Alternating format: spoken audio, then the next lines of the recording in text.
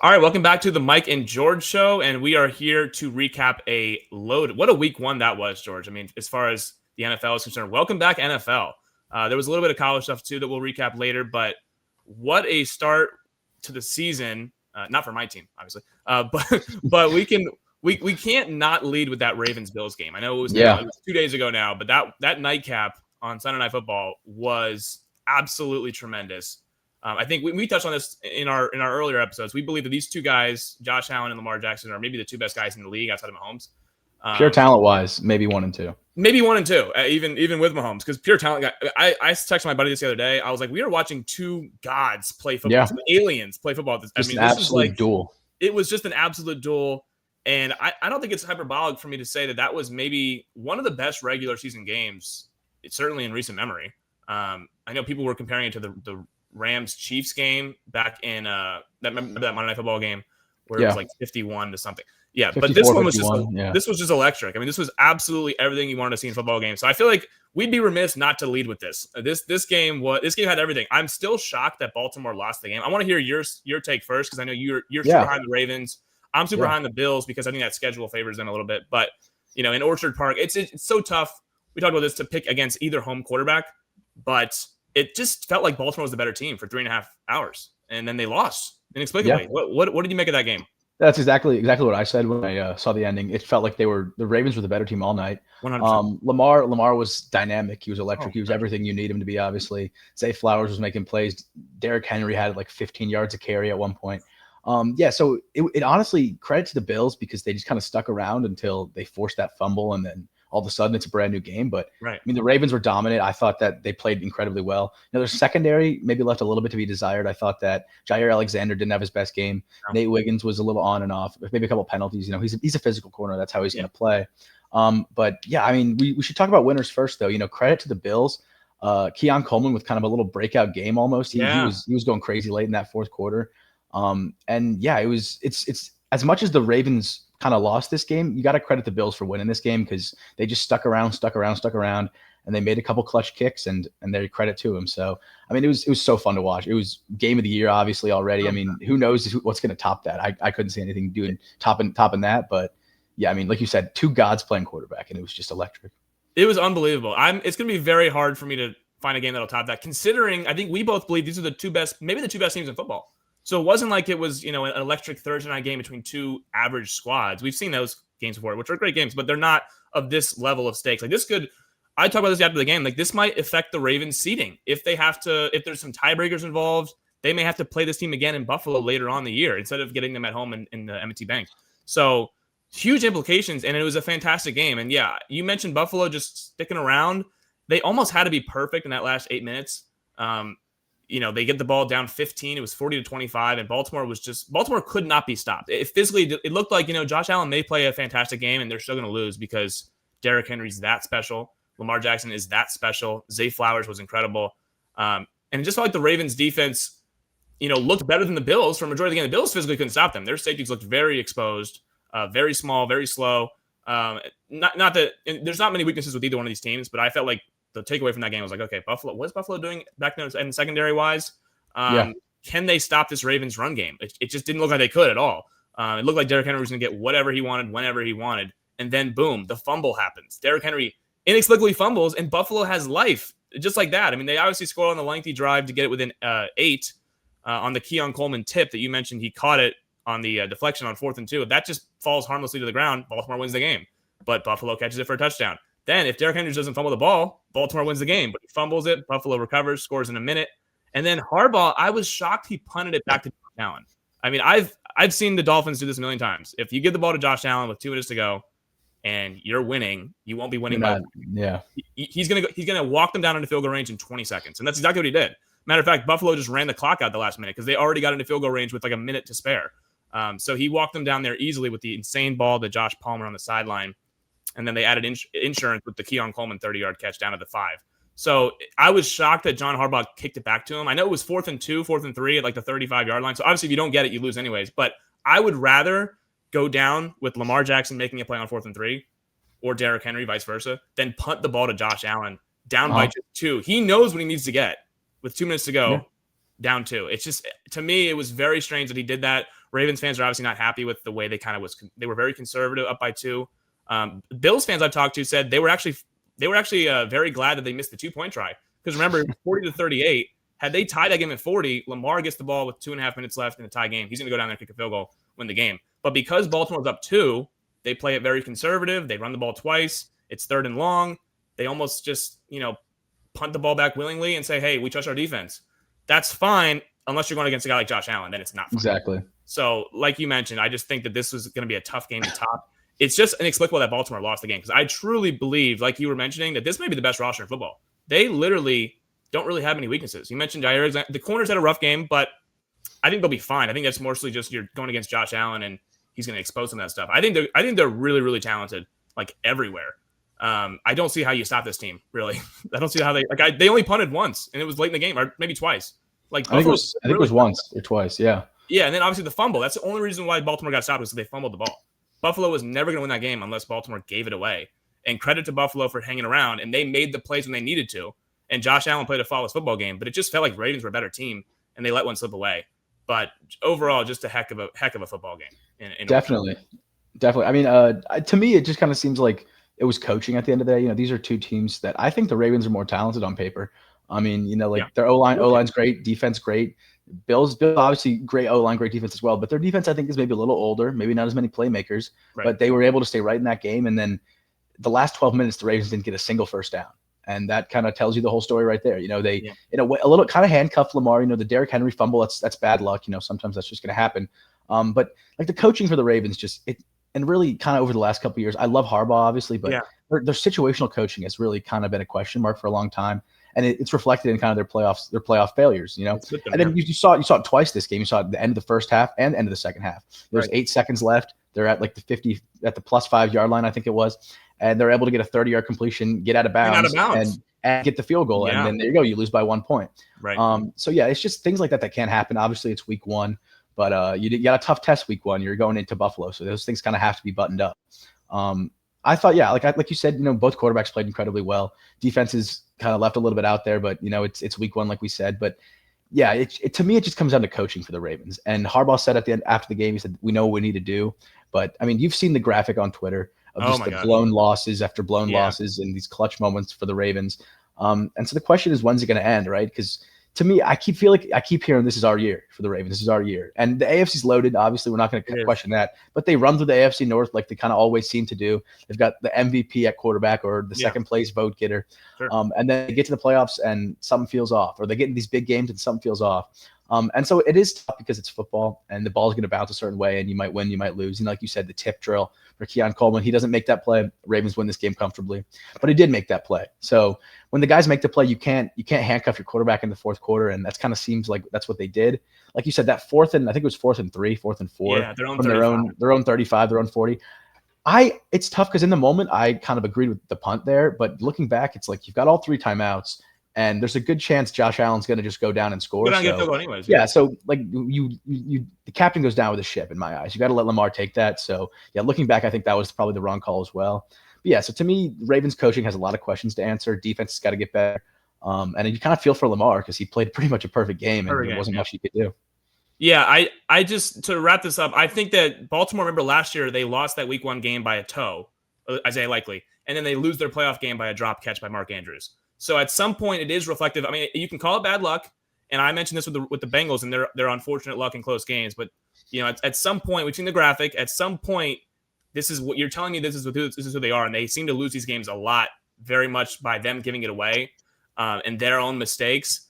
So last year, again, their year started with a barely losing to the Chiefs on a team they lost to the year prior, but they lose in week 1 in Kansas City by a toenail. Their year ends in Buffalo on a drop by Mark Andrews. Then their year starts this year with a crushing, meltdown in Buffalo in the last 4 minutes of the game. And it's hard for me to think that this won't end the same way again, considering it's happened so many times now. You start a season the one way, it might just end the exact same way because this is what they've told us now the last few years. And I do think they may have the best roster on paper, but that does not always win you Super Bowls. It's making the plays in 2-minute situations when it's a 1 or 2 point game, a 3-point game. And it just feels like they lack that late in games, even though, like I said, I think they played pretty much a flawless game up until the last 4 minutes where they kind of gave Buffalo some life. And of course, Buffalo, a team as good as them, is going to take advantage, obviously. But I think we'll be seeing these two teams again. I think that's pretty Oh, evident. yeah. It's just a game that we will be talking about for years because of the stakes it probably has. Like if Buffalo has to play Baltimore again and they get him in Orchard Park because of this game and they beat him again because they're at home, we're going to point back to this week 1 game. It just, I know week 1's like the big overreaction week, but this game has a lot of stakes, more than, Saints and Cardinals or whatever. So yeah, I just think that this was a big missed opportunity for Baltimore. If they got in there and got a road win in Buffalo week 1, you'd be set up to have the playoffs come through Baltimore possibly. So yeah, I mean, and just one last thing, obviously, it is so tough because it's 4th and 3. I mean, and if there's 3 guys in the league that you don't want to tackle, there's an argument that it's Lamar Jackson, Derrick Henry, and Zay Flowers. Yeah. In terms of seeing those guys in space, it's 3 of the hardest guys to tackle, and you punt the ball away knowing who you're playing against. It's the former MVP. It's Josh Allen, and he's just now hitting his groove. He's just put up like 14 unanswered on you, and you just give it right back to him. It just can't happen. But we look back and you got to put it in your rearview mirror, like you said, and just kind of move forward. Yeah. So should we work our way backwards here, or should we talk about the game last night in Chicago? We can work our way backwards. I don't hate that. Talk about the Chiefs, Chargers, and the Cowboys, Eagles. If you want. Chiefs, Chargers in Brazil Friday night. I thought this was a fantastic game. We were both wrong. I think we both picked Kansas City because Kansas City prior to kind of blind trust. Yeah, because they had won 17 straight 1-score games. Remember, their 2 losses last year was the 9-point loss in Buffalo, and then they rested their starters last week and got blown out by 30. But they're so good in 1-score games. You trust Mahomes every time he's in a 1-score game. Spags on defense, same thing. But that was a 1-score game, and they lost on Friday. And the Chargers played a near-perfect game as well. I mean, Herbert did not let him get the ball back. Mahomes was, and I think if Mahomes gets the ball back down 6 with 2 minutes left, I think we kind of know he puts them ahead. That's just kind of what he does. I mean, and it felt like in the second half, the Chiefs were just not going to stop scoring. Mahomes was just dialed in second half. They scored on pretty much every one of their drives.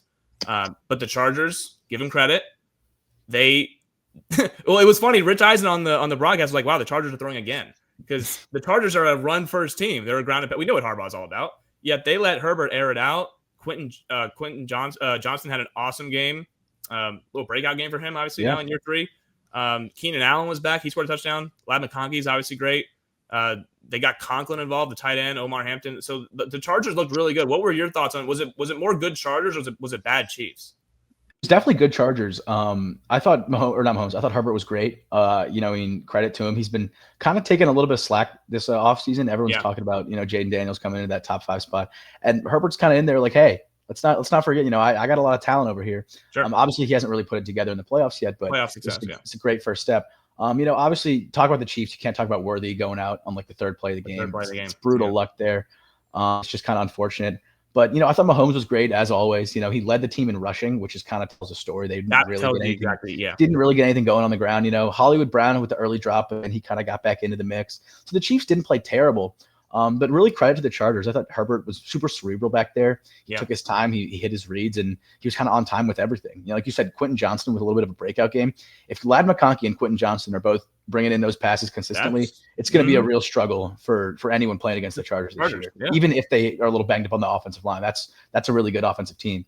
I thought Hampton was left a little bit to be desired. Credit to the Spags defense. It's not easy to run against Chris Jones, George Karlaftis, some of those big guys up front. The Chiefs are built well. Really, it was kind of another quarterback duel. Obviously, not the fireworks that we saw on Sunday night, but still a lot of fun. And Herbert outplayed Mahomes, which he's done before.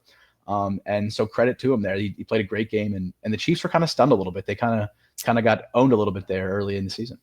They did up front too. I thought that Herbert, and he was fantastic, no doubt about it, but he had a lot of time to throw back there. I think we both thought the Slater injury would be super significant against that Spags defense, but the Chiefs couldn't really get after him until they blitzed, obviously. The only time they could really get pressure on him was when they sent extra guys. Like, they couldn't really get there with 4. And on the 3rd and 14 at the end of the game, Spags decided to just rush 4 with no spy. And Herbert said, I'll beat you with my legs. I can do that too. So he just had an answer for everything. But yeah, I was a little bit worried about the Spags. The Spags defense, now credit to them, they obviously stopped the run. And maybe Jim Harbaugh knows, hey, it's tough to run against Chris Jones in that front. So maybe we're just going to have to air it out today and let Herbert be Herbert. And they did that, credit to them. But I thought Mahomes was absolutely fantastic, considering Worthy goes out on the 3rd play. You don't have him. Yeah. Rashee Rice is obviously down for 6 games with a suspension. Hollywood Brown had some early drops, had some early miscues. The offensive line, revamped offensive line. You got a rookie tackle in Josh Simmons, who at times looked good, but also at times looked like a rookie. And I just thought Mahomes was doing everything he physically could. When he leads the league in rush, when he leads the team in rushing, that's typically when okay, he wants this game bad. He's going to do whatever he can to win this game. And it felt like in the second half, he just converted every 3rd down, whether it was with his legs or with a Houdini act throw behind his head. whatever it was he was doing. And it just wasn't enough because that's how good the Chargers were. They didn't let him see the ball to end the game, which is very, very rare. Usually the Chiefs get him the ball back. The Chiefs defense is so good. They usually just, they'll get the ball back to Mahomes. They know he knows what he needs to get. And they just couldn't do that. And credit to the Chargers. I thought Jim Harbaugh had a really good game plan. I think Herbert played really well. I'm a big critic of Herbert, obviously. But he played well. You got to give him credit. But I thought mostly the Chargers up front deserve a lot of credit too, because they kept him pretty clean for the most part. And those receivers stepped up in a way we really didn't think they could heading into the season, because I think we had some questions. I think me and you both had questions about the receiver room. We like McConkey, but other than that, it left a lot to be desired. They bring back Keenan Allen, who's old. They draft Trey Harris in round 2. He's a rookie. I think Johnston, he's been, up and down so far in his career. So, But credit to the Chargers for winning that game in Brazil. The Chiefs don't usually lose division games. They're usually really good in those games. They're usually really good in one-score games. And both of those things they did not get done on Friday night. But yeah, should we talk about the Thursday night game to start it off? I had one more thing for the Chiefs. Yeah. Just kind of talking about Mahomes leading the team in rushing. It was pretty game scripty. It kind of felt like the Chargers got ahead early, and then with Xavier Worthy going out, Mahomes didn't have his number one guy, and he was kind of forced to sling the ball the whole time. Yeah. And so credit to the Chargers for kind of like keeping the foot down there and putting them away when they had to, because it's a game where the Chiefs are slippery. Chiefs are a good team, and even without their number one guy, like Hollywood Brown had 10 catches. Even with the drop trouble, Mahomes still got him involved. So ultimate credit to the Chargers here, and we can move on, obviously. Yeah, I know, I'm with you. So Eagles Cowboys rather. I think we thought this would be a blowout, didn't we? We thought this would be a blowout, and the credit to the Cowboys. This was one that caught me off guard for sure.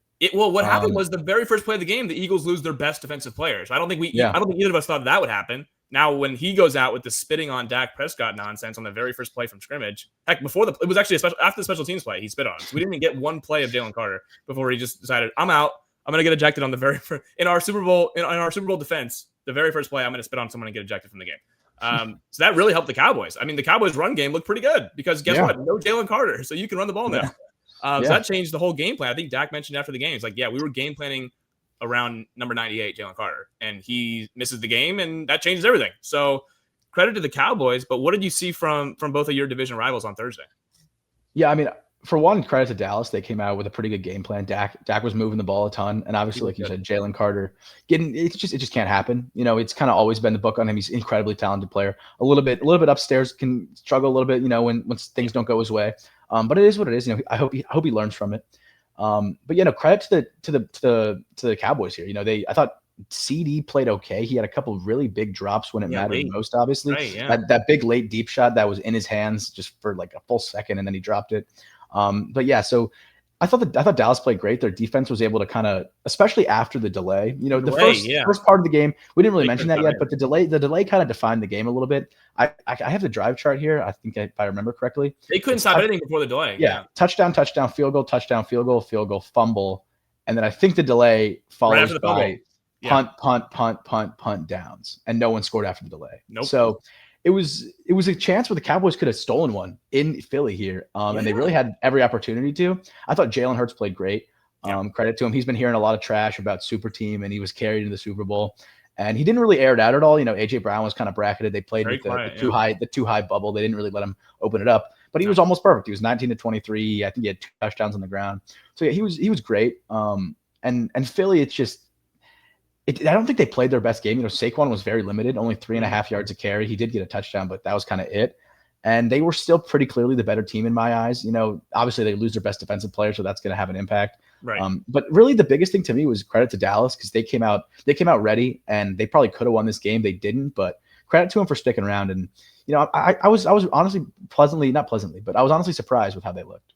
I was too, and credit to Dak. He looked phenomenal. You're right though. Dallas could have stolen this game. Philly left every opportunity open for them to win this game, and they didn't do it. I think Dallas, to your point, they neutralized Saquon, and to Jerry's point, they wanted to stop the run this year. And through 1 week, they did a pretty good job. The problem is, who are their pass rushers? And I thought in that first half, Jalen Hurts had time to make himself a cup of coffee. He had time to call up his girlfriend. He had time to do whatever he wanted back there. Me and you were basically rushing the passer for Dallas. Yeah. He was doing whatever. Now Hurts looked fantastic. Basically played a flawless football game. And then after the delay, you're right. No one scored after the delay. It was a lot of time-consuming drives that the Eagles had. It was a lot of Cowboys not really moving the ball much anymore. And that first half, Dallas couldn't stop a nosebleed. It looked like Philly was going to be able to score 40 if they really wanted to. I think we both figured they could if they wanted to. And then, Dallas was going in to take the lead, and Miles Sanders fumbles inside the 10-yard line, and then the delay happens at 24-20. So it just kind of killed any momentum Dallas had as they were going in to possibly take the lead by 3. They fumble, delay happens, you're down 4, you come out of the break, and it just felt like Philly did their thing where they just eat the clock. I think Dallas only had 2 or 3 drives after the delay, so they really didn't have a chance to do much. And then you mentioned, CD had a couple drops late, those killed drives, and that was it. Eagles kind of survived in a game they didn't look very well in. It didn't look very good in. But I'm still impressed because they look like a better team despite having their best player on defense. So if you're Philly, you take the win. You take wins however they come, especially against division rival teams. So if you're Philly, you'll take that any day of the week. You get a home win, defend your Super Bowl title, and it's off to a good start. But yeah, they looked a little shaky. And without Jalen Carter, like if he is to miss time, I don't know if he's gonna get suspended or not. But if he is to miss any time, like that, you can run on Philly. That's pretty evident. Without him in there, you can run on them. I mean, Javonte Williams ran on them. Dallas's interior offensive line isn't supposed to be that good. They have a rookie guard and Tyler Booker, couple other guys post Zach Martin era, and they were getting pushed up front. Yeah, Miles Sanders broke a couple off. Yeah, Miles Sanders broke a couple off. The former Eagle who looked terrible in Carolina last year, and Javonte Williams, who did not look very good in Denver last year, broke off a couple of big runs. Yeah. So and Philly's got to turn around and play the Chiefs next week in Arrowhead, who obviously couldn't run the ball themselves. But hey, we'll find out how that game goes in the Super Bowl rematch next week. But yeah, I thought that overall I was more impressed by Dallas to hang around that game. But man, they could have stole it. I feel good for Dallas, but I also would feel better if they just won that game because they could have. They had every opportunity to. Feels like a game that, and they obviously don't want to hear this right now after the most recent events, but it feels like a game where if you have Micah Parsons, you maybe win that game. Because you see Jalen Hurts with all the time in the world back there. With Micah Parsons playing, you kind of imagine he's not going to have that. No. And obviously, there's no athlete that can replace what he brings to the table. And so Jalen Hurts, not just having all the time in the world, but being able to leave the pocket. He had 2 scramble touchdowns they weren't tush pushes either. They were like 7-10 yard touchdown runs. And those are plays where you're a guy like Micah Parsons, he's usually cleaning up the scraps there. So it kind of felt like maybe if you have Micah Parsons, you steal this one, but they almost did without him. And if it wasn't for that CD drop, I think they would have. I think they would have won the game. I do too. I agree. And and you mentioned Jalen Hurts. I think he's maybe not able to get outside and scramble for touchdowns if Micah Parsons is there on that edge, preventing that from happening. But yeah, like you mentioned, good win for the Eagles. Tough loss for the Cowboys because they were right there with the defending Super Bowl champions. So now, should we fire off some of these 4 o'clock games? The 1 o'clock window was pretty good. 1 o'clock window was great. 4 o'clock a little underwhelming. But there was some games we can briefly just touch on here. Lions-Packers was a defensive slugfest. Micah Parsons on cue made a bunch of plays for Green Bay. Detroit offense just looked very lackluster with this new, makeshift offensive line. Frank Ragnow obviously retires. They're playing a bunch of new guys up front and 2 new coordinators. And it looked like it was a good spot for Green Bay. I just trusted Detroit. I think we both did. We just trusted Detroit more. But and especially Parsons has been there for like an hour. And he's still able to make a lot of plays. But what did we make briefly of that game? So yeah, I mean, to me, it really felt like Detroit without their coordinators definitely felt a little bit lost. Yeah. I didn't see that coming. To be honest, that personnel there is really incredibly impressive. I figured, Jared Goff, experienced quarterback, I didn't think it would look that bad, but credit to the Packers. They came ready. Honestly, to me, what was really what was surprising more than anything was the Packers offense. They really spread it out. I counted, I think they had 9 or 10 different pass catchers, and no one had more than 3 catches. Jaden Reed had 3 catches for 45. He led the team in receptions. So yeah, this is an offense, and obviously Commanders going to play them on Thursday Night Football. Yeah. Quick turnaround here. It's an offense that kind of can beat you in several different ways. Josh Jacobs with 20 carries didn't really get anything going specifically, but just being able to consistently move the ball. So yeah, the Packers, it just kind of feels like a really deep team. I'm interested to see who's going to be the wide receiver 1. Romeo Doubs, Jaden Reed. Is Matthew Golden going to take that step? He was not really a huge part of the game plan on Sunday. But yeah, really more than anything, I was kind of disappointed in the way Detroit looked. I thought that Stafford was fine. He wasn't terrible, nothing bad. They just kind of abandoned the run game. Jahmyr Gibbs only had 9 carries. He didn't really have any opportunities. He had 9 carries for 19 yards, and his longest was 14. So that means 8 carries for 5 yards. So they couldn't run the ball at all. Laporta, Amon-Ra looked great, as they always do, but you need a little more. And the Packers I don't think they played their best game, and they really won this pretty comfortably. Yeah, I mean, Goff didn't play particularly well. But yeah, it was very un-Detroit in the way that they couldn't run the ball. Like that's their bread and butter. They're going to line up behind that big offensive line. They got two better running backs. Yeah, with Gibbs and Montgomery. That's what they're going to do. They're going to lean on that, and that sets up the play action for Goff to hit you downfield with an explosive play. They could never get that going, and I think there's more credit to Green Bay because I still love the personnel with Detroit. So I'm not going to throw away my Lions stock after one game. I think they played a really tough front in Green Bay, and I think that defense is young and really, really good, really explosive. But yeah, I didn't expect it to look that bad. I mean, they really only had 6 points up to that last touchdown late in the game with that heck of a catch made by Tesla. But 27-13 actually wasn't that close. So good win for Green Bay. The game I was actually most enthralled by at 4:00 was Niners Seahawks. I had a lot of fantasy action in this game, but I thought late in that game, first of all, for people who didn't watch this game, Kittle goes out early with a hamstring. He scores a touchdown, but he gets injured with a hamstring injury. So he leaves in the first quarter. And the Niners at that point could not get anything going offensively. It was a lot of McCaffrey, but that was basically about it. And then late in the game, 13-10 with 4 minutes to go, Brock Purdy throws one to the sky, and it drops out into Ricky Pearsall's hands. I think Reek Woolen didn't play it perfectly well. And then in the red zone, who would have guessed that Jake Tonjes, I mean, has anyone heard of Jake Tonjes before, the third-string tight end for the 49ers? To make Kyle Shanahan has. He has. Clearly, he put him in the game in the red zone, and Brock Purdy on 3rd and goal floats it up into triple coverage. And who comes down with it? Not George Kittle, because he's not in the game. It's Jake Tonjes. And the Niners steal a game out of Seattle late, where it felt like they had no chance of winning once Kittle left. Brock threw 2 interceptions in the second half. Both were not great throws. He nearly threw a third one there in the end zone, but Jake Tonjes plucked it out of the air over 3 Seahawks. So it was a crazy game in Seattle. And then Darnold has a chance to go down and win it, gets him down to the 15-yard line, and Nick Bosa comes out with a strip sack to end the game. Crazy NFC West showdown that it feels like it's a big win for the Niners to go on the road and get a divisional win over a team that was probably playing better than you. And you're without your top receiving threat and George Kittle, and you're able to get that win. That's a big win for San Francisco, it feels like. Yeah, I thought the Niners played pretty well. The defense was great. Honestly, both defenses in this game played really, really well. Yeah. I thought Purdy, obviously the interceptions weren't great, but I thought he played a pretty solid game. He was delivering strikes pretty much consistently the whole time. And nobody really ran the ball well. The Seahawks leading rusher was Zach Charbonnet, which really surprised me. I wanted to mention not Kenneth Walker. Kenneth Walker wasn't getting the goal line carries either, which is kind of what his bread and butter is. So yeah, do we have Charbonnet taking over the running back room there? I'm not sure. But yeah, honestly, Sam Darnold, he didn't look great. He wasn't bad, obviously, but he wasn't special. I thought the Niners kind of just, they kind of like they survived. Like you said, if Kittle's healthy, it feels like a game where the Niners maybe win by a little more. Maybe they kind of, because Brock Purdy's got a safety blanket. He doesn't have to slob those deep balls as much. Pearsall had that nice one.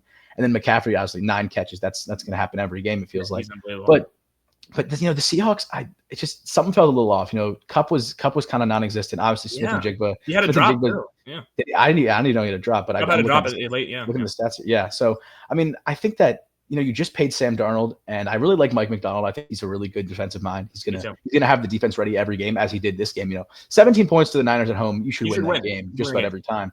I'm getting flashbacks to Clemson right now, but against LSU, sure, yeah. Exactly. But yeah, I think that for one, Seahawks have some work to do, but don't be surprised if we see Jalen Milroe this year. Don't be surprised if we mix up some in the red zone, possibly as in the red zone, an athletic threat, and Miller's got a good deep ball too. So we'll see how it looks. Obviously, they're going to give Darnold his chance. They just paid him. He's not a bad quarterback by any means. Credit to Darnold, but it definitely looked a little off in Seattle, and it's just kind of a weird little one of those 4:00 games, that 17-13 shakeout with not a ton of offense. It's a week 1 classic.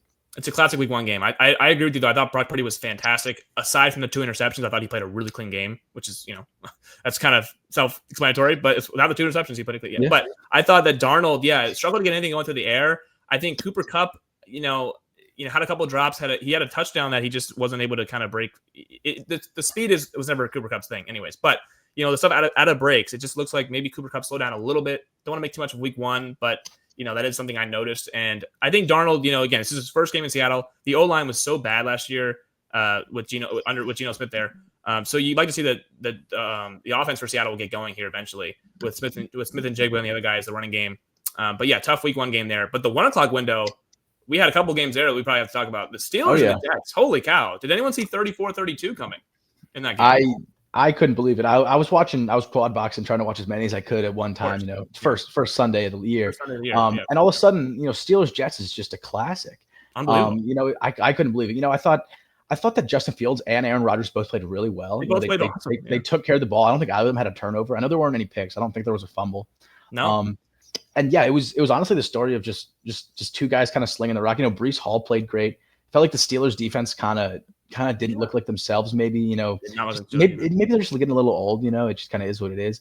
But yeah, credit to Aaron Rodgers. He came out 4 touchdowns against his old team. He was moving the ball all around the field. He did everything he needed to. He spread it out. DK, Calvin Austin, Fryer, everyone was involved. Skronik, I think, had a touchdown. Yeah. So yeah, I mean, really credit to the Steelers here. I didn't watch this one super intently because it was kind of while everything was going on. Everything's going on. But I was surprised by how the Jets looked. I thought 30 points from the Jets was unexpected. No one thought that was happening.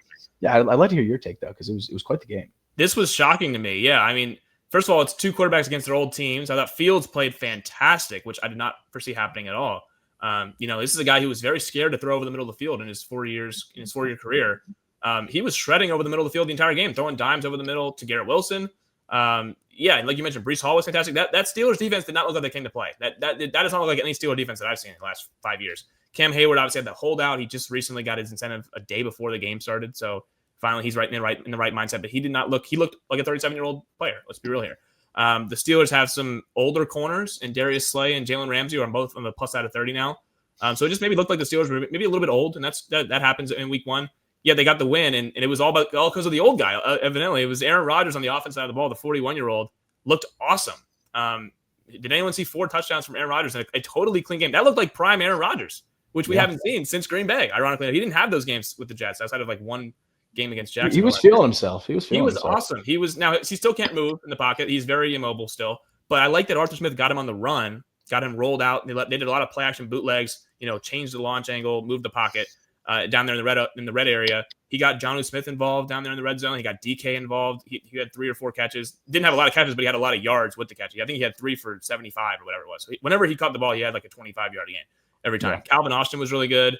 The Steelers couldn't really run the ball very effectively, but it was all on Aaron's shoulders, and he converted a lot. I mean, it was they still have some questions up front with the offensive line, and he can spin it though. Yeah, he can still spin it, man. I mean, it really is impressive that he can still play the way he has at 41 years old.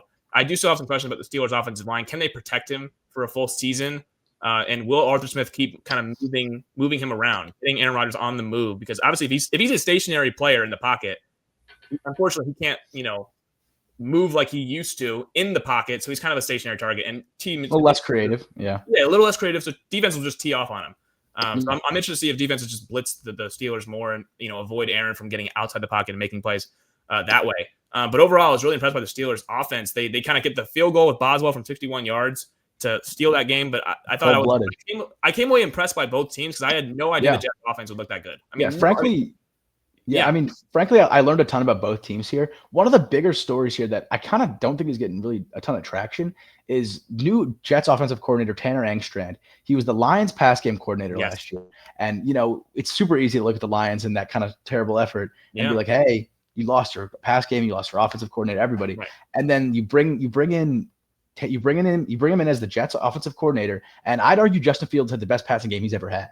Ever, and 100%. And Garrett Wilson schemed open the whole game. I have Garrett Wilson in fantasy football. I kind of stashed him on the bench. I wasn't sure how he was going to look, but we don't know how the Jets look. Yeah. The way they looked this week 1 with that passing offense, it looked creative. It looked fun. It opened up Breece Hall lanes for him to run the football when he needed to. And then with Justin Fields as the +1 right behind him, he got 50 yards as well and 2 touchdowns. So I was honestly super impressed with what the Jets showed me. I think the defense obviously has some work to do. I mean, credit to Aaron Rodgers because he really just kind of diced them up more than anything. I don't think that's going to happen as much as people think against this Jets defense. I think that they still have a ton of playmakers. Quinn Williams, obviously Sauce Gardner. You got a ton of talent on that defense. But yeah, I learned a ton about these two teams, and frankly, I think I'm probably a little bit too low on both of them coming out of week 1 because they both looked really good, and this game was awesome. It was probably the best game of the 1 o'clock window, and it was just couldn't take your eyes off. Yeah, it really was. And I think you mentioned, Aaron Glenn bringing his guy over from Detroit, and they look a lot more creative than they did at any point with Aaron in that 2-year tenure with the Jets. So I like what Aaron Glenn's doing with the Jets. I mean, this is his first year. It's obviously his first time as a head coach, and it's, first time for any of these coordinators calling plays on those sides of the ball, offensive coordinator and defensive coordinator.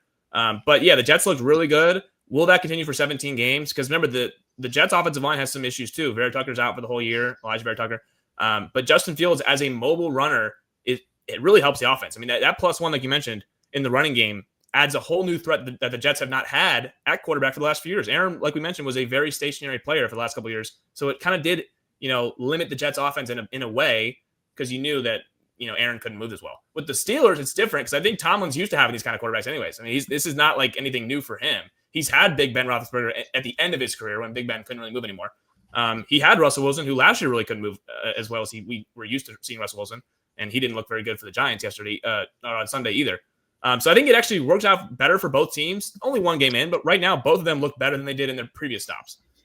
So overall, good sign for week 1 for both of those guys going up against their former teams that said, we're done with you. They both did not want them anymore. So overall, good stuff for them. And then the other 1 o'clock stuff that we can talk about. I mean, there was other games that went down to the wire. Tampa Bay, Atlanta. My team got blown out, obviously. But yeah, what were some of the other 1 o'clock games that you were?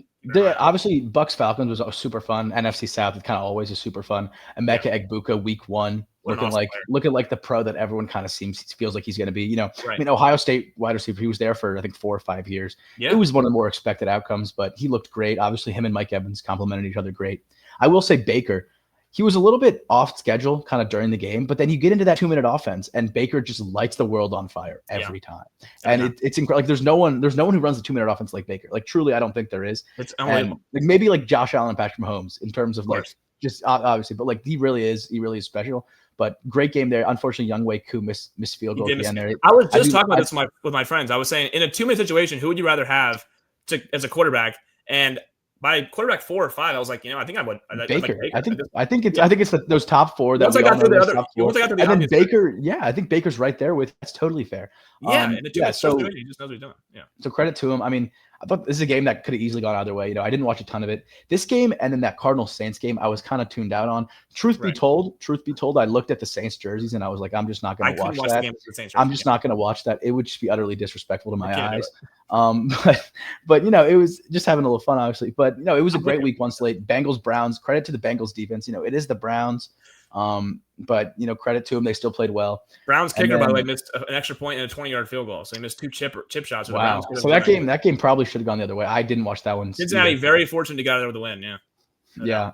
And then obviously Giants Commanders was where my main focus was as a Commanders fan. I thought that for one, I want to see Jackson Dart. Talking about the Giants, Russell Wilson left a ton out there. And I think the Commanders defense is better than it was in years past. So credit to us for being able to stop the run. And Trey Amos played a great game. He was staying with Malik Neighbors pretty much the whole time. But I think you got to give Jackson Dart a shot at some point soon here. Obviously it's week 1. This is not the spot to do it, but I think he's going to have a spot. And then if I'm going to talk about the Commanders for a little bit, I'll do my little 5 minutes. I thought that the offense was super promising. The addition of Bill Krosky-Merritt, Deebo Samuel immediately paid dividends. They both got in the end zone. They both had, I think, 80-plus yards. Obviously, Terry was kind of shut down a little bit, but that's what's going to happen. You've got that many weapons out there. So it was a lot of fun to watch. And a little selfishly, go Commanders. We're going to have a big year. Of course. I mean, as you should. I think the only downside of the Commanders was that end of half where they had the intentional grounding, didn't get any points. That was really the only blunder. That was Jaden Miscue. It is what it is. Yeah, I think he was just trying to throw the ball away, but there's no one in the area, and inside the pocket, that happens. But yeah, I think the Giants, they'll definitely go to Dart at some point here because I think we kind of know Russell Wilson's on his last few wheels, if you will.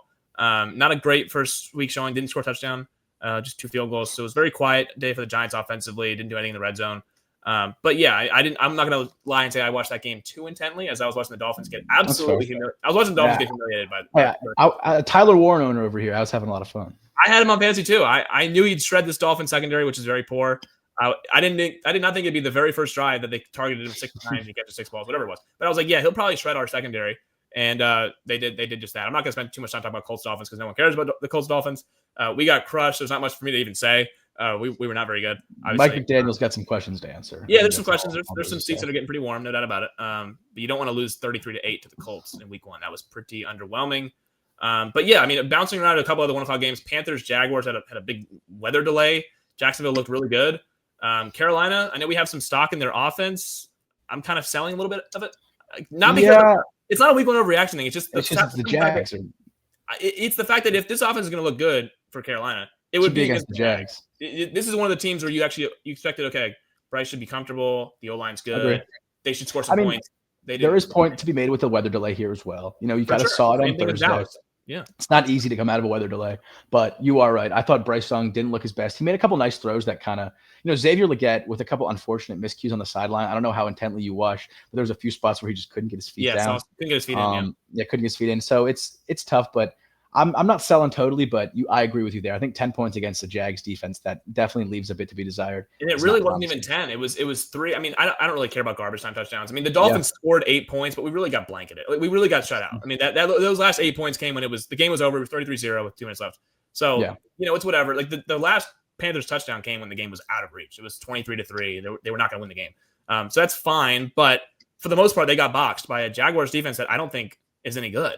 And didn't really even have Travis Hunter out there. Didn't really have any new looks compared to years past. It was just kind of, we're not that good yet as the Panthers. So rough week 1 start, and it's just again, you don't want to take it with a grain of salt. It is week 1, and you think about, I think was it last year or 2 years ago with the Saints when they looked incredible through 2 weeks, and then all of a sudden they were genuinely the worst team in football. And they lose 7 injuries obviously have played a part in that, but you can't take week 1 too seriously, but. There's definitely some things that can be telling from week 1 that you can. Some teams, like if the bad teams are straight up bad, usually they are just bad. Now, sometimes with the Saints case, we thought they'd be bad, and then they had the 2 best games that anyone's ever seen. They scored like 45 points a game, and we thought, oh my god, the Saints might be good this year. And that was the week 1, week 2 liar, was the Saints actually being good. So usually, if a bad team starts out bad, like the Giants started out bad this year, they probably just are bad. That's probably what's gonna happen. Like that's probably what it is. Usually teams don't like totally expose themselves as week 1. It's like, yeah, okay, this is who we are. But you can also know some cues is like, okay, if this is the roster, we can kind of safely assume. Unless quarterback change, maybe, but Sure. Barring a head coaching decision, maybe, or a quarterback change, bad teams generally, they start out the year bad and it leads to a couple more losses. Teams are quick to make changes. And then it's like, okay, the season's lost. We just fired our head coach. We just made a quarterback change 3 or 4 games in.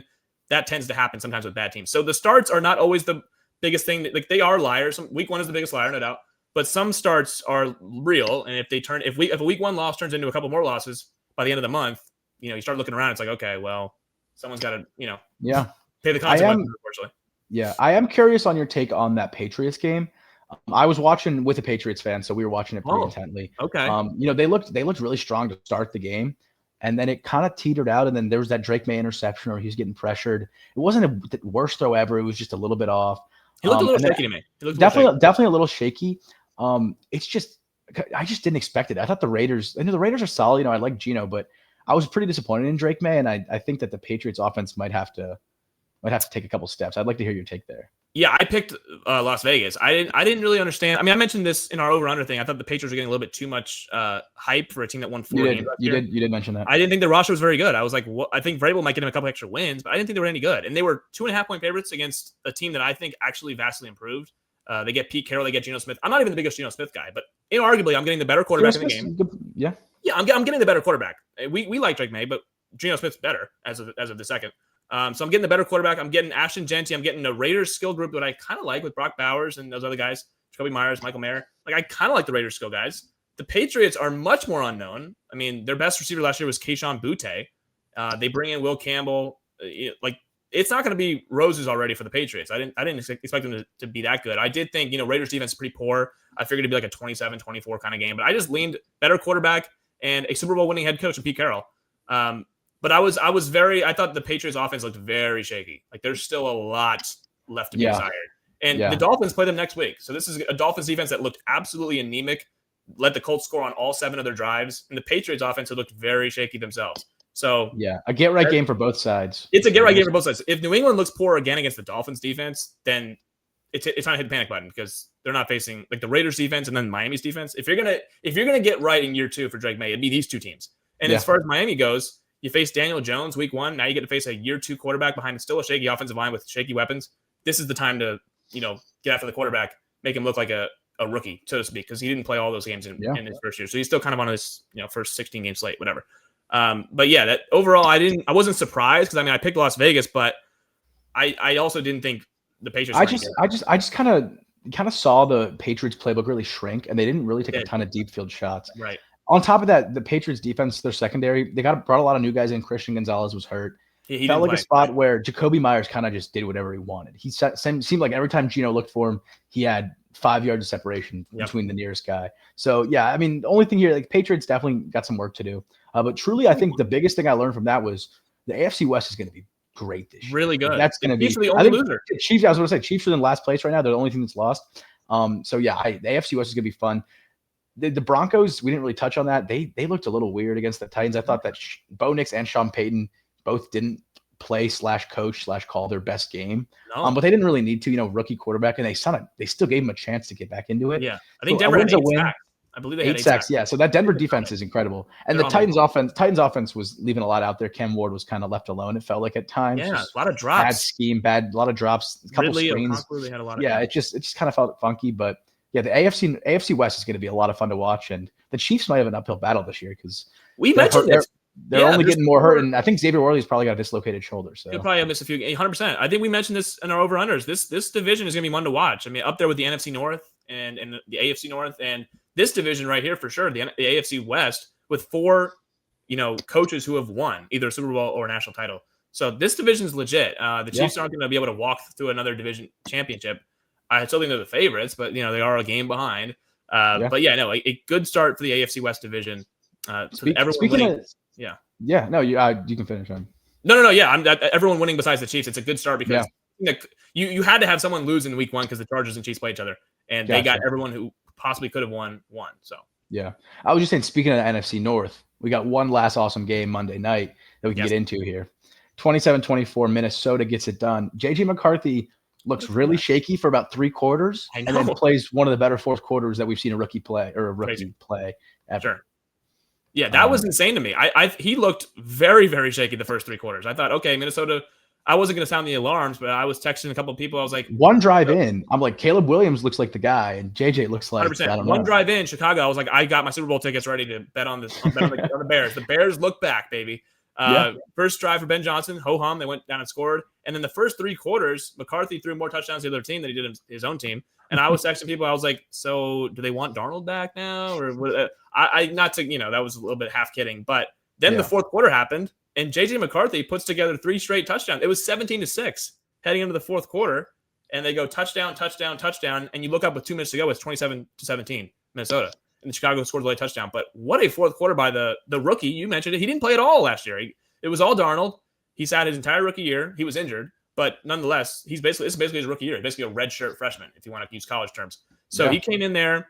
They finally got Jefferson the ball, which I thought really helped. I mean, it'll help any quarterback when you get your number 1 receiver with the ball in the hand. That touchdown opened it up a little bit. That touchdown opened up everything. He shredded that ball into Jefferson, get him to 17-12. Then they kept their defense. Credit to Brian Flores once again. That defense in the second half for Minnesota did not allow anything. Kept him in it. Just kept him in it. Yeah, Chicago was trying to do their screen thing. Ben Johnson loves getting the ball with running backs. They try to get the ball to Swift and other guys, and Van Ginkel and Jonathan Grenard and Javon Hargrave, Jonathan Allen. All this front 4 for Minnesota just took over the game, it looked like. And I thought in the second half, obviously Chicago had a lot of penalties up front with their offensive line, and it is a revamped O-line in Chicago. But I thought the Minnesota D-line just took the game over in the second half with those new additions of Hargrave and Jonathan Allen. And that interior of the Bears offensive line still has some work to do, no doubt about it. But at home, to have all that pre-snap, false start action for Chicago was very underwhelming. I mean, that's pretty alarming. You're at home and you're having all those pre-snap penalties. But I came away impressed by Minnesota to get that win down 11 on the road to a division rival with a quarterback who's never played before in the NFL. That was really impressive to me. I think Minnesota's going to be just fine. Yeah. To get that win. Now you get home, you get to come home in your confines in a dome. He should be much more comfortable and not have a shaky first 3 quarters. Yeah, Monday night. The comeback is we don't care about at this point. No Minnesota Vikings fan cares about the first 3 quarters because he was able to play a flawless fourth quarter, lead 3 straight touchdown drives, ran one in himself, floated one to Aaron Jones to get him back. I mean, that was a perfect fourth quarter by JJ McCarthy, and you got to feel good for him. Yeah, I mean, it's just yet another Kevin O'Connell, Brian Flores masterclass, right? Like. These guys are just awesome. The play callers, they're awesome. If I'm a Vikings fan, like who else would you have back there? Besides those 2 guys. Exactly. And it feels like a spot where the Bears probably should have won this game pretty easily. 17-6 going into the fourth quarter, probably should have been 24-20-6. Like they left a lot of points out there. They missed a field goal.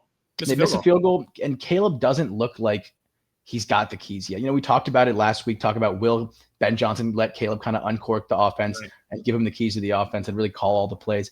And I think he got creative with them, but you kind of saw him tighten up a little bit. In a game where they were winning by 11, maybe trying to be a little conservative as opposed to letting him let it fly and really open up the offense. And it hurt him because the Vikings stayed in it with that great defensive front, like you mentioned. And then eventually you get Justin Jefferson going. JJ McCarthy finally settles in a little bit. The pick 6, I think sometimes, and obviously you never want to throw a pick 6, but sometimes in your debut, you throw that pick 6 and you're like, okay, I messed up. I messed up. I did the worst thing I can do, right? Like, let me get that out of the way. It's a road game. It's in Chicago. Bears have a great defense. All these things are going against you. Let me throw my interception, but like, let me get back to I got Justin Jefferson on the outside. Let me get to my guy. And he was able to do it. And the confidence, and you could see it. You could see it in the post game. The guys do like JJ McCarthy.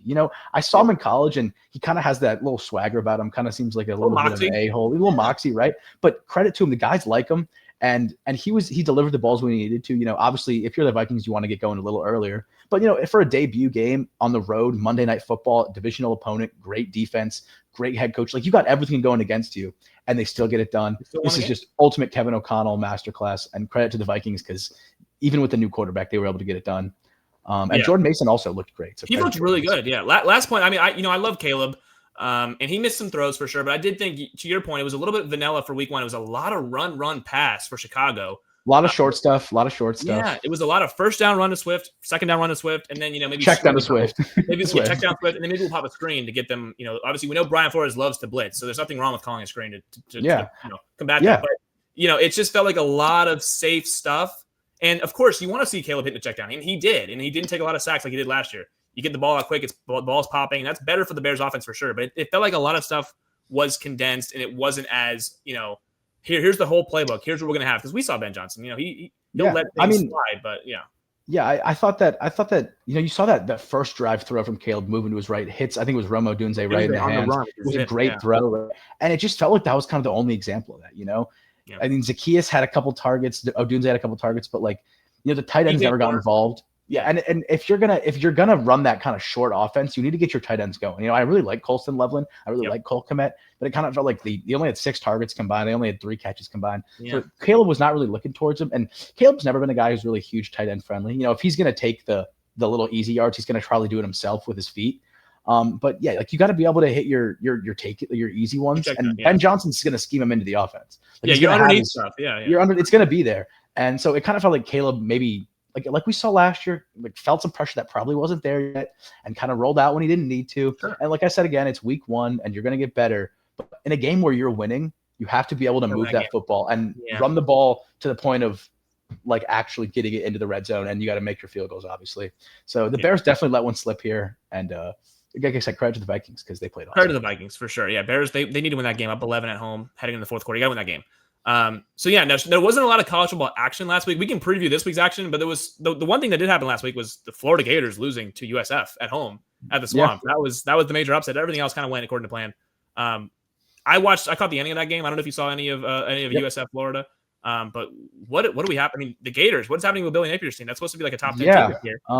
So Billy Napier had the hot seat last year. Honestly, even into the year before, he was kind of feeling that hot seat. Yeah. It's been a lot of questions for a long time there, and here we are in week 2, and we're losing to USF. Here's the thing with Florida. Florida's schedule is tremendously hard, and this is probably the easiest game they're going to have until their FCS opponent they play in week 10 or whatever. Yeah. And so it definitely was a look ahead spot, I think, for Florida. You're thinking, I got to go. Who is it, Tennessee or LSU? You're going to go into LSU next weekend. LSU's coming off a big win, so they're probably looking ahead a little bit. But what caught me about this game was it didn't feel like the Florida State upset of Alabama, where Florida State was top to bottom, just dominated them, came out. Tommy Castellanos was great. Defense was great. Couldn't move the ball. It wasn't that. Florida was in this game. But at the end of the day, Byron Brown didn't play very well. He was fine. He was fine, but he wasn't a world beater. He didn't put up 35 points. You gave up 18 points to USF in your building, and you lost. They were the better team, even without their best game. They didn't have a receiver with more than 5 catches. So it's not like they had one man. They ran the ball for 4 yards a carry. They didn't really do anything special. It was just straight up Florida's effort wasn't there. It was not there. And so the question goes immediately to Billy Napier, right? You trust DJ Lagway. You're not getting rid of DJ Lagway. You like your talent. I mean, Florida's going to have talent. I like Jaden Baugh. I like Jacoby Jackson. I think that this is a solid team. It's just, to be honest, and I hate putting guys on the hot seat in week 2, but I think you have to. I think that Billy Napier's been here for a long time. And I think they've gotten all they're going to get out of Billy Napier, especially considering the schedule and the position they're in.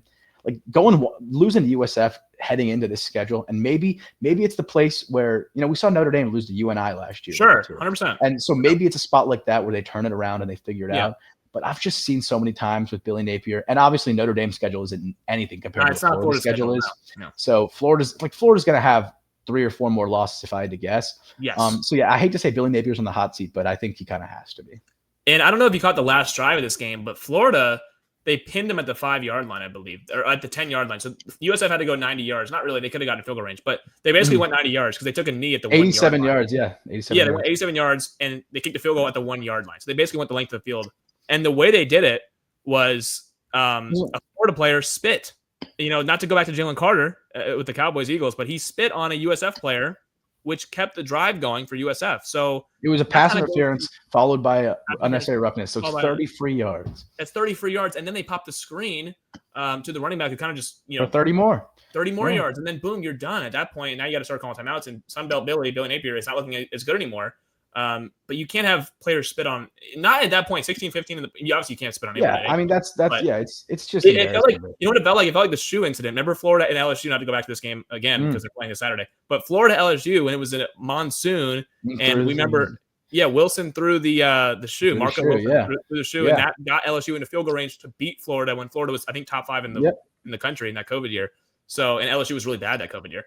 I felt like more Florida losing to teams they shouldn't lose to because of self-inflicted wounds, and that you can't point to anyone else besides Billy Napier at this point. But looking ahead, do we have anything last point on Florida? Oh no, I was just saying, I mean, it's just something you can't have, right? Like fourth quarter, 2 minutes left. You're up by what? 1 point? One point? You're going to give them a free 15 yards? I mean, look, it's just can't happen. Obviously, I know football's an emotional game. I'm not saying don't get your emotions up. I'm just saying you got to, like, everyone who's ever played a sport knows you're not spitting in someone's face. Like, that's what's going to get you kicked out of that game every single time. And they get what they deserve. And frankly, it's hard to feel bad for them because credit to USF. They deserve the win. To preview week 3 of college football now, you got Florida LSU is the big nightcap game, Georgia Tennessee 3:30. A lot of SEC. A lot of SEC. You got Clemson Georgia Tech at noon, and then I think another night game is Notre Dame and Texas A&M, another SEC team. That one is in South Bend though this year. Last year it was in College Station. Now it's in South Bend. So early. What are our early thoughts on those big games of week 3?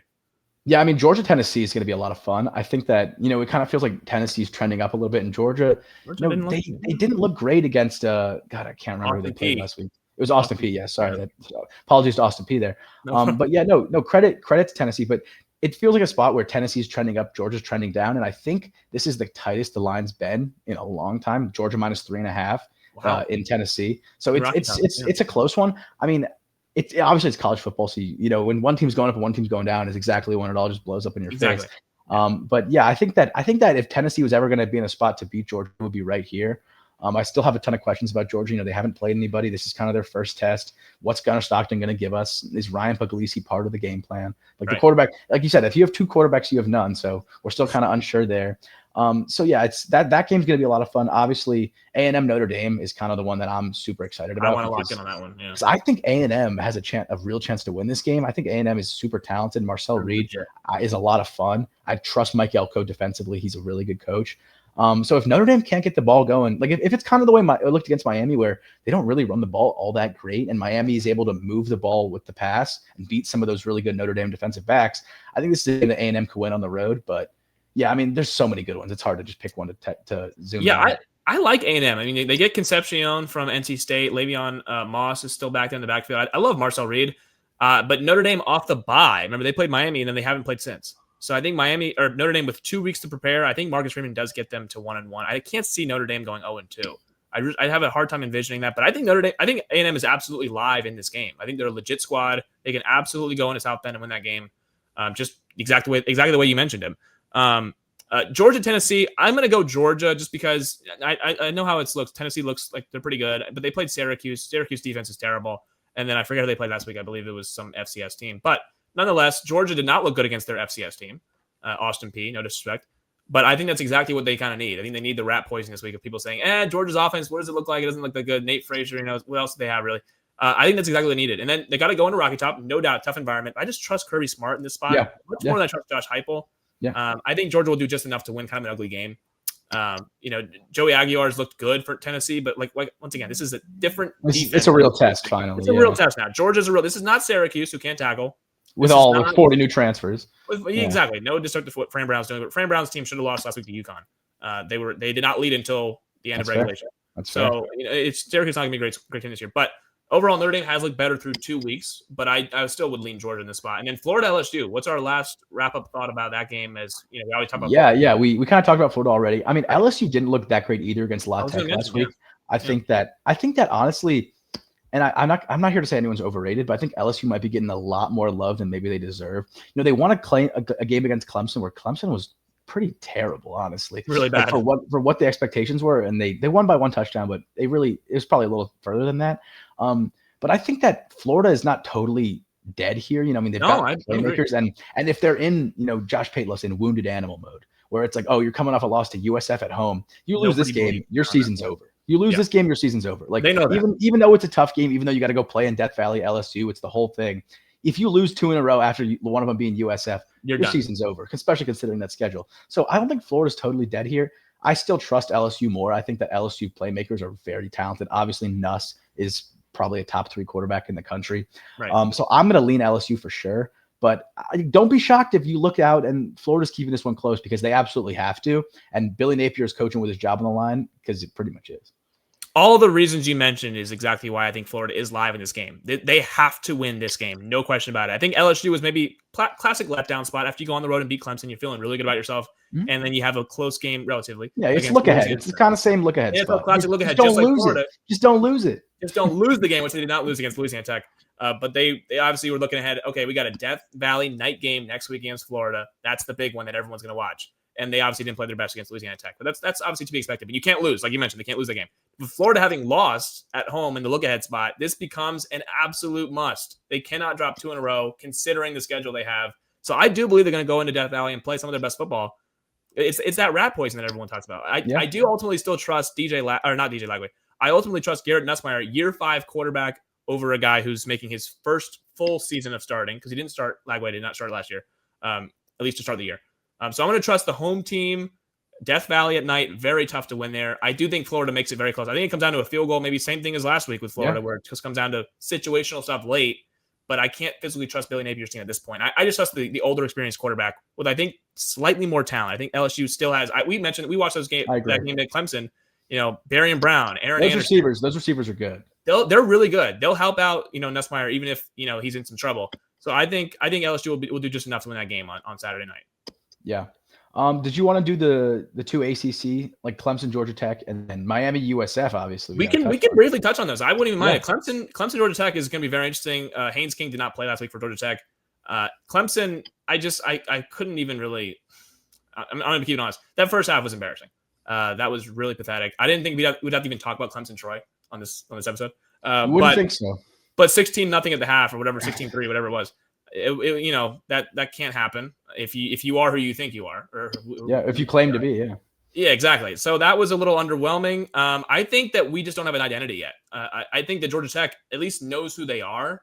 We know what Haynes King is about on 3rd and 5. He's going to go in there and get a gritty 4 or 5 yard gain to move the sticks. I just don't really know who Clemson is at this point.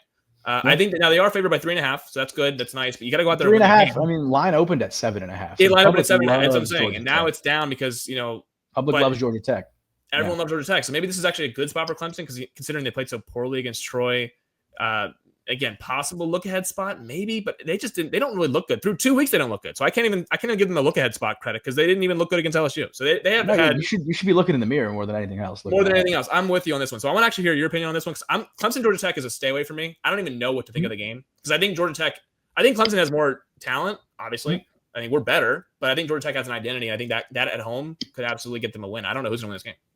Yeah, I think that if Clemson comes out the way they looked over the last, the second half against LSU, the first half against Troy, I think Georgia Tech's going to win by multiple scores, honestly. Right. I think that they can't play Georgia Tech is a team that knows its identity. It wants to run the ball. It wants to take the ball away from you when you have the ball, and it wants to take away your running game. It's a very physical team. And Clemson, with not really a clear RB1, Adam Randall's a converted wide receiver. Gideon Davidson's a true freshman that everyone's high on, but he's a true freshman, and Dabo doesn't love playing his true freshman. He never does, no. So it's a game that Clemson's going to have to dominate up front and get that run game going. You kind of saw it against Troy there at the end. I was there for the whole game through the delay and everything. I was in the building.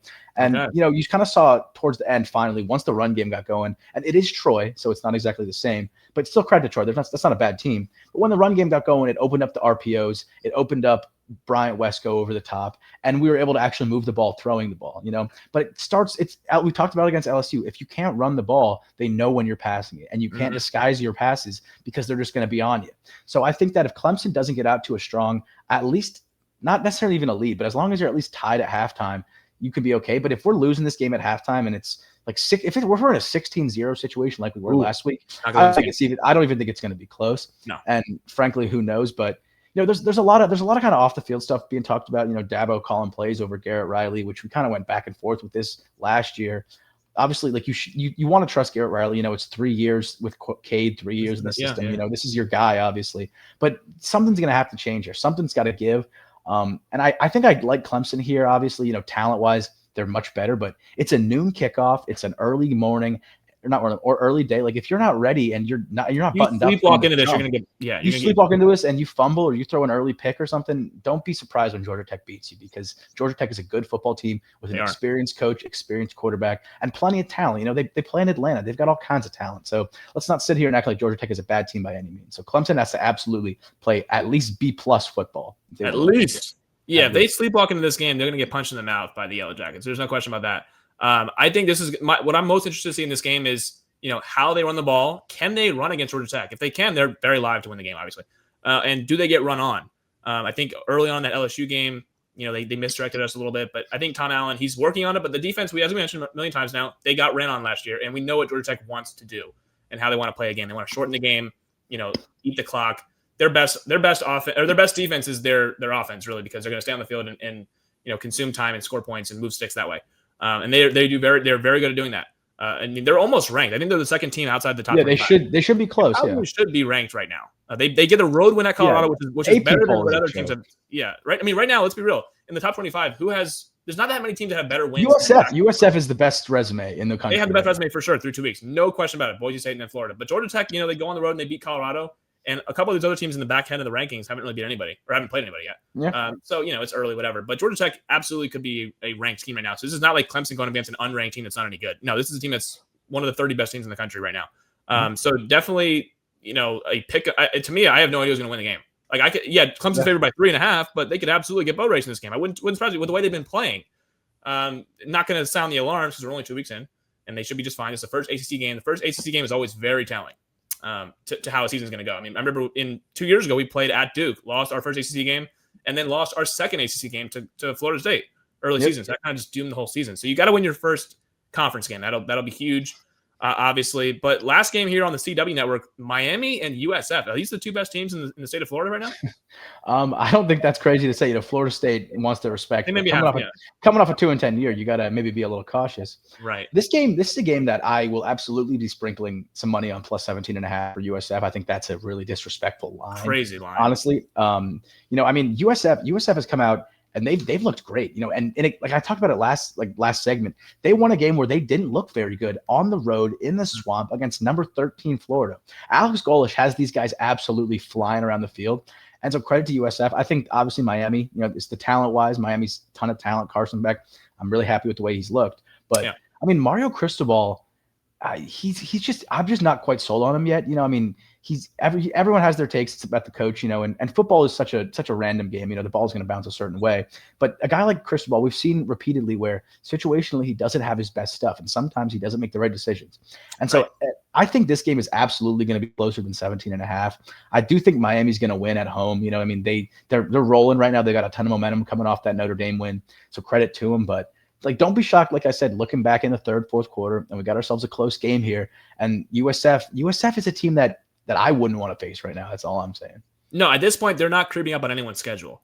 So that would be the one good thing for Miami is that you now know that you're facing a team that this game's big. Yeah, Miami actually plays Florida, so they're playing the team that just beat Florida. So all these common opponents, USF plays Florida and Miami. Well, guess what? Miami also plays Florida and USF and Florida State. They all play each other. They're all. Exactly. They're all going to be common opponents of each other. But right now, USF, I mean, I mentioned this in the last week's episode. I know G5 George did not make an appearance in week 1, but you did watch the USF Boise State game. And we both were very impressed by USF in that game. I mean, I think we were like, okay, it's more good USF than it is bad Boise. Boise was a good team last year. They're not going to be terrible, obviously. But USF's they're a good team. Byron Brown, when he's healthy, he missed a lot of time last year. I mean, they gave Alabama problems 2 years ago when Bama came down to USF. They barely won that game. I believe it was 17-10. they barely got out of USF with a win. And that was with Milrow and that squad. But yeah, I mean, I think we both agree that USF is live in this game. I overall do trust Carson Beck, and I trust really the D line for Miami more because I think Ruben Bain and Akeem Mesidor, those guys are going to ultimately force Byron Brown to not look his best, which he didn't look his best last week, and they still won. So credit to them. But overall, I think Mario Cristobal, 17.5-point favorites. He probably should not be that much of a favorite. But I just trust Miami more in this spot. I think USF right now is feeling very good about themselves. And they honestly, if you ask most USF fans, what is your record through the first 3 weeks? You got Boise State, Florida, and Miami. Probably 1 and 2. If you said 2-1, if you told them they were 2-1 after those 3 games, they would be absolutely taking it. And if they lose this game, that's what they'll be, 2-1, and they will be just fine with that. Because considering the 3 teams they played, they're not going to face many teams better than the 3 teams they just played. But that being said, you want to get greedy and get a 3-0 start. That would be pretty nice. That means you're a top 10 team. It feels like one of those spots where I think USF has to go like 3-0 turnover margin or 4-1 turnover margin if they're going to win this game, which is totally possible. You know what I mean? Who knows what it's going to be with Miami? Carson Beck has been great so far, but I mean, it is what it is. It's college football. So I mean, like you said, I trust Miami here. That team is super talented, both offensive, defensive, like kind of everywhere. That team is really great. They're really good. If Carson Beck turns into a pumpkin, you just don't know. So I mean, right. I'm gonna be tuned in for sure. I'm gonna have to get myself a CW. I'm gonna have to watch that on the CW network, 100%, no doubt about that. But yeah, I mean, that's pretty much it for college football as far as week 3 goes. Very much better slate than week 2. I think we both agree with that. And as far as the NFL games next week, I think there's obviously we got Eagles Chiefs Super Bowl rematch. We got a nice little Monday Night Football double header next week that I'm going to be interested to see. The Bake Show plays against the Texans on Monday Night Football next week. That'll be interesting. Those Monday Night double headers, they love them. They do love those double headers early season, no doubt about that. And obviously the Commanders, you guys play on Thursday night, so we'll look forward to that one here in a couple of days. Tough one in Green Bay. Tough one in Lambeau, no doubt. Those are 2 teams that are 1-0 and looking. Those are 2 teams that believe that they can make a run to this. I will say real quick. I saw. I was watching part of my take. I was watching PFT and those guys obviously, and he was saying, if we can beat Green Bay, it's going to start getting a little reckless, and I might be on that same boat. I mean, honestly, it depends how we look. Like, if we can control Micah Parsons and just be the better team, run the ball, then sure, then there's conversations get reckless. But let's just go 1 week at a time here. But I mean, hey, I love my quarterback, so who knows, man? You just never know in the NFL. Yeah, in the NFL, you got to take it 1 week at a time and just see what happens. You don't have the full picture yet. We only have 1 game of evidence, but right now those 2 teams look really good. But yeah, George, thanks for having another episode here. Yeah. We got football literally for the next 4 months. So we are the only day off forever. This is our only day off, really. Yeah, we got shout out to Mississippi State. I don't think we touched on. Shout out to Mississippi State. They get a big home win against Sun Devils. Yeah, no disrespect to the Mississippi State. We want to shout them out. Yeah, that's on me. Should have brought that up, but yeah. Good job for Jeff Levy and the Bulldogs to get that win over the Sun Devils. They maybe have a chance to get to 3-0 as well. Good for Mississippi State. They only won 2 games last year. They deserve it. They deserve it. They deserve it. But yeah, George, thanks for hopping on, talking some ball, and we'll be back next week, obviously. Always a pleasure. All right.